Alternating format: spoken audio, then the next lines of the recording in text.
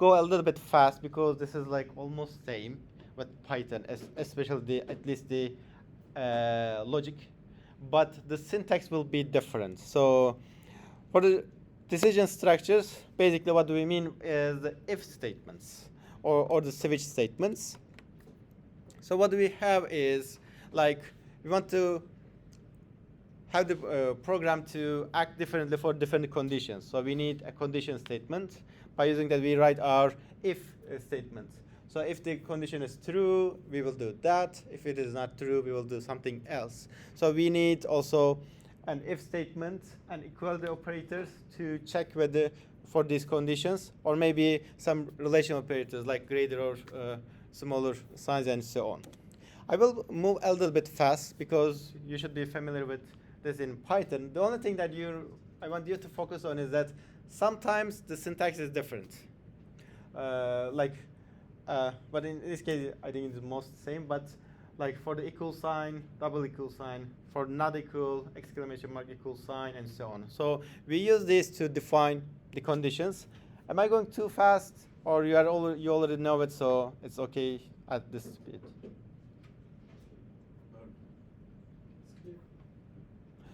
Slow me down because I'm assuming that you know these things. It's very similar to Python, but if not, please tell me and I can slow down, okay? Just let's do one example. And this is, one change you'll see. I will focus on what are the differences between Python and the Java. So again, we have the scanner class. Let me use my laser pointer. So we use the scanner to get the data from the user. And then we have these two variables. We ask the user to provide an integer. So we read the first integer and then the second integer. Then here is our if statement. Now, what is the difference is we always need to put parentheses. We always write the condition between parentheses. In Python, you don't. But here, we do. And we don't put this double column at the end, but we put these curly brackets.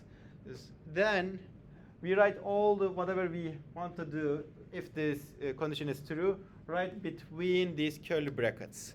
Again, in Python, we don't put the curly brackets. We put that indentation. Like we need to say, let's say 5 space characters. Then we write, if we use 5 spaces for each, then it will be like a code block, right? But in Java, we use curly brackets.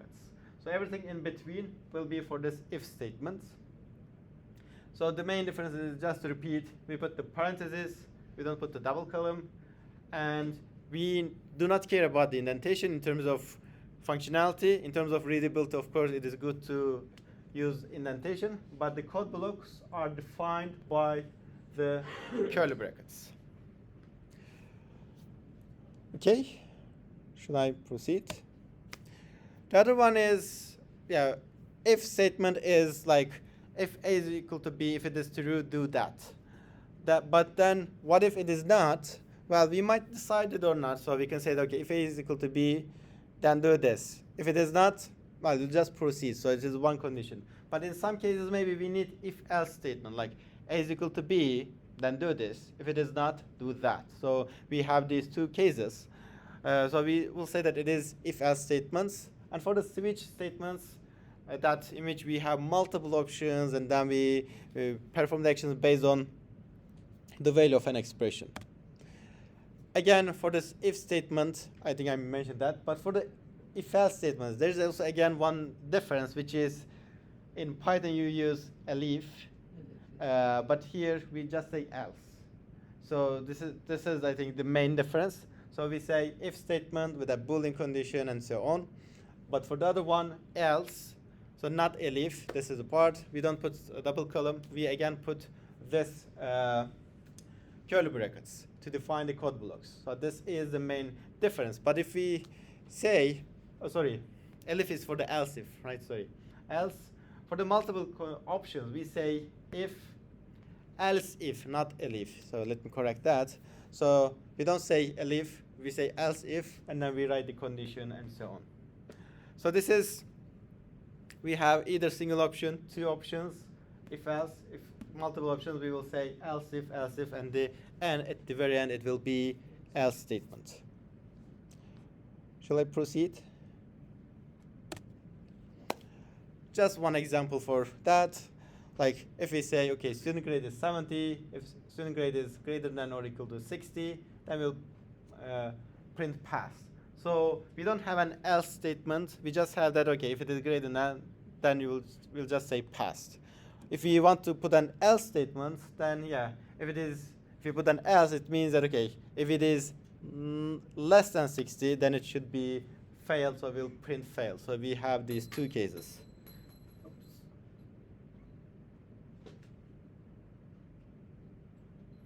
Sorry. Okay. And again, one more example. In this example, what we are doing is we are getting data from the user. To get that, we use a scanner. Then we define x variable. Then we read it from the user. We convert it to integer immediately, so we can keep it in our integer variable. Then we check if x, when we divide it by 2, the remainder is 0, which means that it's an even number. Then we will print it, it's an even number. Else, it's an odd number. Here, just as a reminder for what we had seen in previous lecture, what does this mean? System out printf. Can anyone tell me what is going on here? It's formatted. It's the formatted one.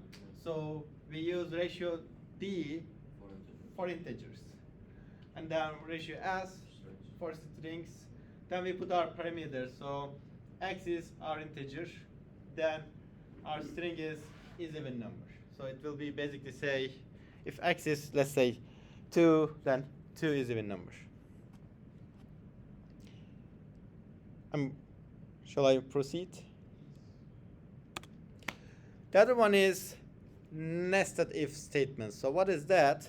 Well, basically, within an if statement, we can put another if statement. And there's no limit for that. Like, I can put an if statement inside that, and an if statement inside an if statement, inside an if statement. So I can go as much as needed.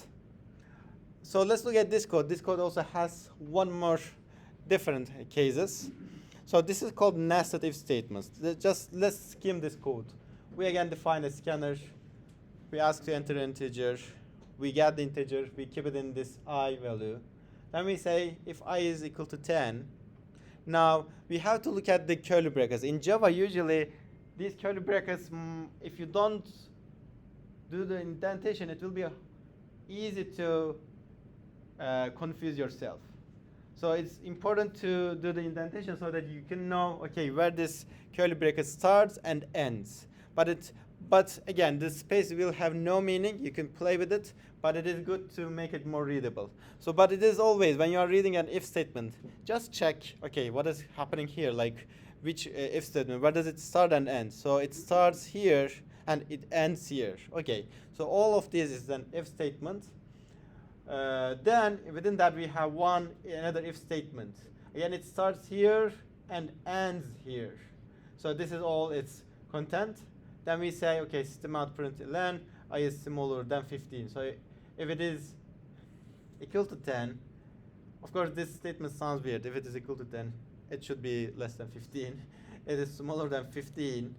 Then if I is equal to, yeah, this part sounds pretty weird. Like the condition doesn't make sense. Anyway, just for the sake of to understand what the nested condition is. If it is less than 12, then it will print that. Otherwise, it will print this. But do you see something interesting that I didn't talk about if statements yet? This code has something that I didn't mention. The brackets. What do you mean? In the else statement, there's no brackets. In the else, Yeah. and also in this if statement. So what is this? I said that we define the by using the curly brackets to define the code blocks of an if statement and so on. But here we don't have any curly brackets here, and we don't have any curly brackets here. This is a very specific condition. If it is only one line of code, then you don't need curly brackets. So it will be basically, if you don't put it, it means that the very following line statement will belong to the if condition. But if you have more than one line, then yes, you need a curly bracket to define what part of your code belongs to the if condition and so on.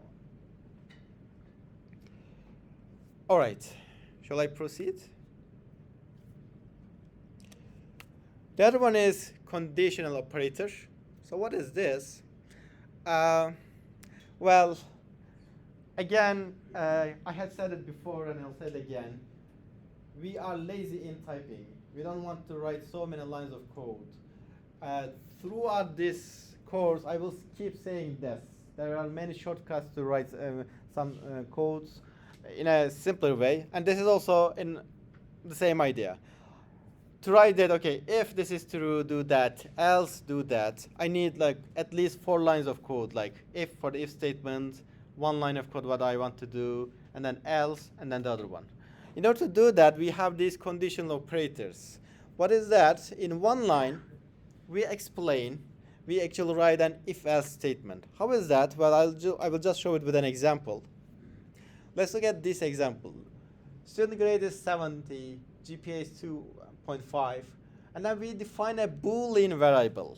Why is that Boolean variable? We'll see. We are saying, okay, student grade is greater than or equal to 60, question mark, true, double column, false. So now it has a very specific notation. What it means is, actually this is an if-else statement. If student grade is greater than or equal to 60, then pass is true. Otherwise, pass is false. So let me write it actually in Eclipse to say that this is, I will just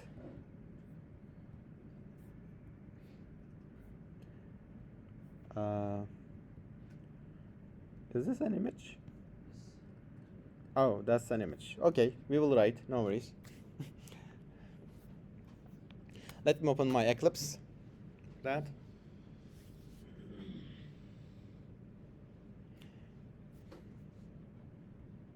Which IDE program are you using? How many of you are using Eclipse? 1, 3, 4, 5, 6. What about others? What are you using? IDEA. Okay. What else? IDEA and Eclipse. Any other tool? I like using IntelliJ sometimes. IntelliJ. Okay, good. Now let's. What I meant is now let me write it here. So for this value, for this example, normally we could do it in this way. I could say Boolean passed, let's say, and then if, of course, we had a score also, I guess. So double score is whatever it is. That's not that important for us now. Score is greater than or equal to 60. Normally I could say passed is equal to true, else passed is equal to false. So this is how I would write. I could write them in 1 line, or if you want to make it indentation like this, that is also fine, however you like, or you can put them in curly brackets, that is also fine. All are same. Okay? As long as you find it readable, that is fine. Okay?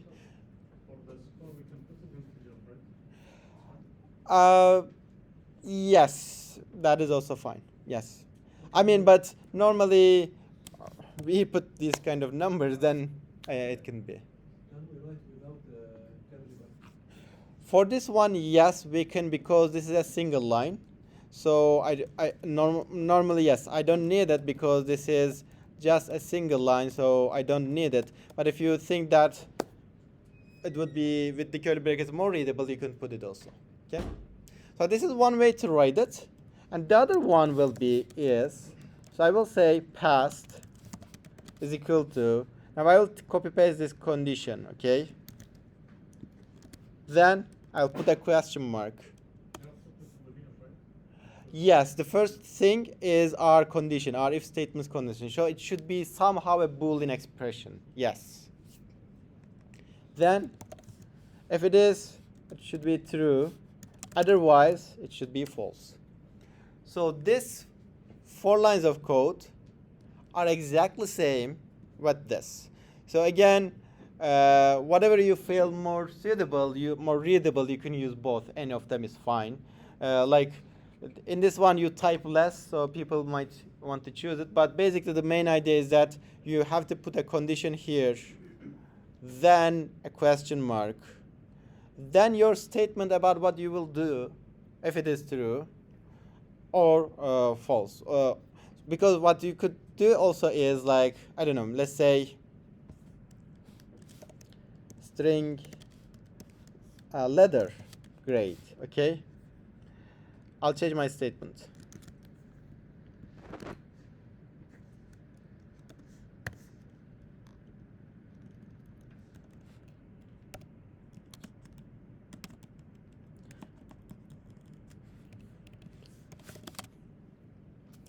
So it doesn't, the return value does not have to be a Boolean.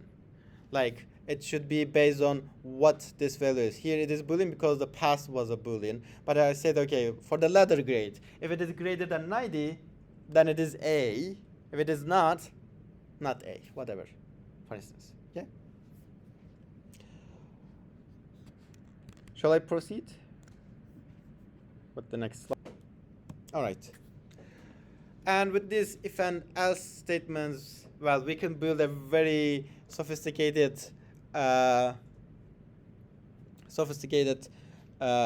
decision trees, like the grade example. For instance, again, in this example, basically, we use the scanner to get the data from the user, and then we get the data from the user as an integer value, and then, okay, this is like a grade, and then what will be the letter grade for that? Like if it is less than 60, then it should be F. If it is less than 70, then it should be D. If it is less than 80, then it should be C. If it is less than 90, it should be B. If it is less than 100, it should be A. So I'm putting all these things versions. If it is else, then it is invalid. Now, let me ask you one question. Let's say that my score is 85, okay? And I will run this code with one exception. We don't have this else statement, and we don't have all these else cases. All of them is an if statement only. So instead of else if, it is if. What would be the output?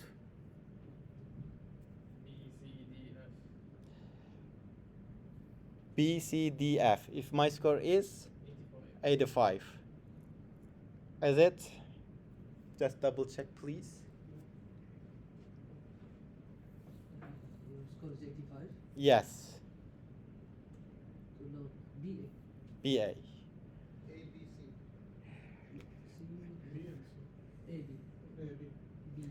B, C. BA, right? So the thing is 85. So 85 is less than 60. It's not correct. So we'll move to the other one. 70 will not work. This will not work. Only it will be 85 is less than 90. So I will print this. Since we are assuming that there's no else statement, we will also print this. So it is B and A. All right. And I'll just go very fast in this. But for the logical operators, yeah, we use a different notation from the Python. Like in Python, we use and, or, and not, right? But here, for these operations, for the AND operation, we use double AND sign. And for the OR operation, we use double bar, okay? Then it means that it is a statement. Are these two equal? So in a conditional statement, we use this for the logical AND operation and for the logical OR operation. And for the negation, we use exclamation mark. And then I'm sure you are familiar with this, but just as an example, what is false and true? False. False and true. And what is false or false? False or true? True. So again, same idea. This is like from the Python, but the only thing again is different is that we use double and sign, double bar, or exclamation mark. In Python, it is different. So if you attempt to write here A and D for an AND operation, you'll get an error. And as an example now, I would like you to give me the output, okay? But of course, the ones that are harder to say. So let's go read this code. We have this int a is equal to 10, b is equal to 20, c is equal to 20, d is 0. Then we just type it. So that is easy. But then, okay, can you tell me what will be the output for this part? If a is less than b and b is equal to c, then d is a plus b plus c, and then we print that. Or else, false conditions. What will be the output? The sum which is 50. Yes, so the condition will be true.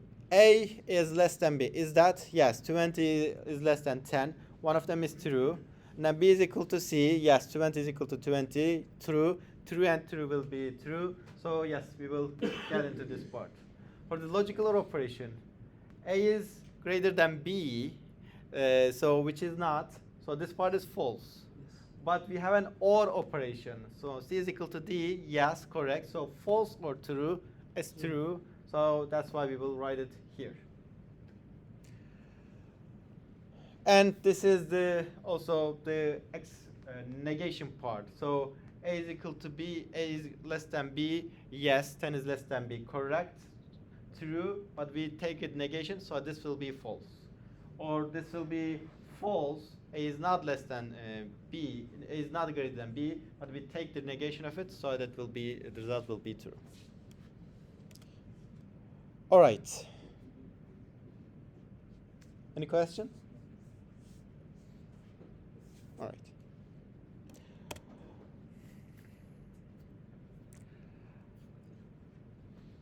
Well, this example is almost pretty the same, so I will just go very fast if you want to check it. But basically, yeah, we can also use this greater sign or equal to sign to check the ranges. Like we have a pH value. Is it an acidic value or neutral or a base value? So we basically check if this pH value is min pH value, which is 0. Is it less than that? Or is it greater than that? Then it should be invalid. So it should be in between 0 and 40. So this is a step that we usually do, like checking the conditions. And then if it is less than 7, which means like it is valid, but it is less than 7, then it is acidic. If it is not the case, but if it is equal to 7, then it is neutral. But otherwise, for all other conditions, it should be a basic element. All right, shall I proceed? The other one is the switch statement. Yeah, this is was the one that I want to reach. So what is that? Well, in some cases I have too many options, and then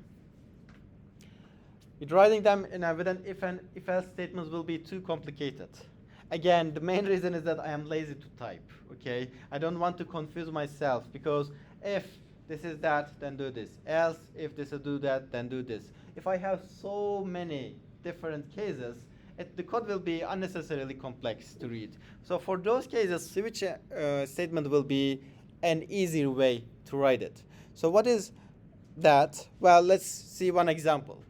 For instance, in this part, we are again asking user to enter an integer. We keep it in this number value. Then I could say it in this way, like if number is 10, then print 10. If number is 20, do this. If number is 30, then do that. I could do it, but I would need all these if-else, if-else, if-else statements. Since I don't, to make it more readable, I will write a switch statement. What is a switch statement? Well, it has this very specific syntax. So we have switch as a keyword, and then within the parentheses, we write the variable that we will check its value. So in our case, this number. Then we again open this curly brackets. It starts there, it finishes there. And then we write our cases. What if the number is 10? What if the number is 20? What if the number is 30? So for each case, I write what I will do. If it is 10, I will do this. If it is 20, I will do that. If it is 30, I will do that.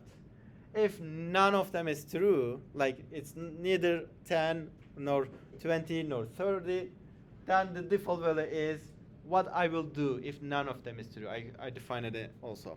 Default case is an optional case. You don't need to write it. And we have these break statements. This is also optional. I'll come to that, how it works. But basically, yes, it is optional. And then how it works, let's say that, okay, we just said that number is 20. The work is as follows. We have the value 20 here. Then it goes to the statement that the value is 20. So not 10, it jumps it and comes to here 20. And then it writes 20. And then what will do? Will it write 30? In this code? Let me go back to here actually. Okay, let's say that the number I entered is 20. What will be the output? 20. In this code, what will be the output if it is 20? Yes. The reason is that the break operation, normally people think that break is a must or is always given. That actually it's not. It is alternative. It's an optional part, and it helps you not to enter the other cases. Like when I say 20, we run it, and then since we have the break statement, we jump to the end of the on the switch statement, and then we continue. But in this case, we don't have any break. So what happens is, if the number is 20, it jumps to the 20. It runs that, then it proceeds with the other cases. So then it writes 30, and then it writes not in 10, 20, or 30. So and then it proceeds. So yeah, you have to be careful about it because you thought that only case 20 will work, but actually all of them work. And the other part is, since Java edition 7, they introduced that we can also use strings. Previously, it wasn't available. You couldn't put a string value in a switch statement, but now you can put it. So basically, if I have a string value, then I can put it also as one of my conditions in a string, and then it will basically check, okay, is it beginner? No. Is it intermediate? No. Is it expert? Yes. So we will say that, okay, level 3, and then we will break it. So now think that this is much easier. Think about it like the condition part for the grades. We were writing so many things like if it is greater than or less than 60, less than 70, less than 80. So we were writing all these if-else statements. But here we could just say case 60, case 20, 30, and so on. It would be much readable.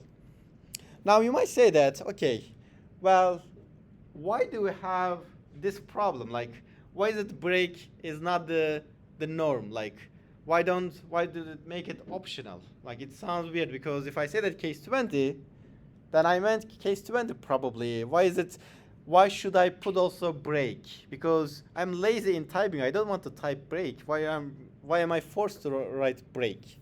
Well, there's a reason for that. By not putting break, actually we can put some or condition in the switch statement. How is that? Now let's look at this code. Let's say that here our code, it says we have the scanner and then enter weekday number. Monday is 1, okay? And then, so the user enters any weekday number, like for the Monday 1, for the Tuesday 2, for the Wednesday 3, and so on. And then our code will basically say which ones are weekday and which ones are weekend. So for that one, so if it is 1 or 2 or 3 or 4 or 5, I should write weekend. Sorry, weekday. But if it is 6 or 7, they put 0. It seems like, okay, they count from starting from 0, fine. Then it should be weekend, okay? Normally, if break was the norm, what should I do is case 1, print weekday, break, or case 2, print weekday, case 3, print weekday. So I should repeat all the same cases for these 5 cases.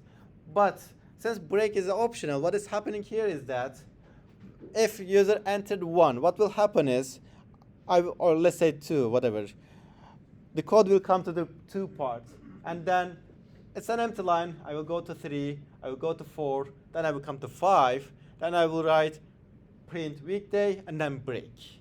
So without putting the break option, I actually implemented logical OR operation. So if the user says 1 or 3 or 4 or 5, I will print the same thing. 6 or 7 or 6 or 0, I will print also the same thing.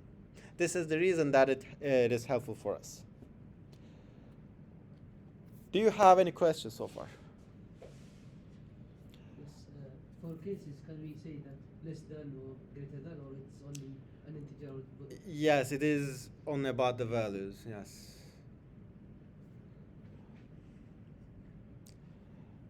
I can write system out print for each one, 1, 2, 3, 4, but because we are lazy programmer, we want, right? Excuse me, can you say it again, please? We are not lazy programmer, we are lazy typist. I don't know, how do you want to say it? I don't want to type.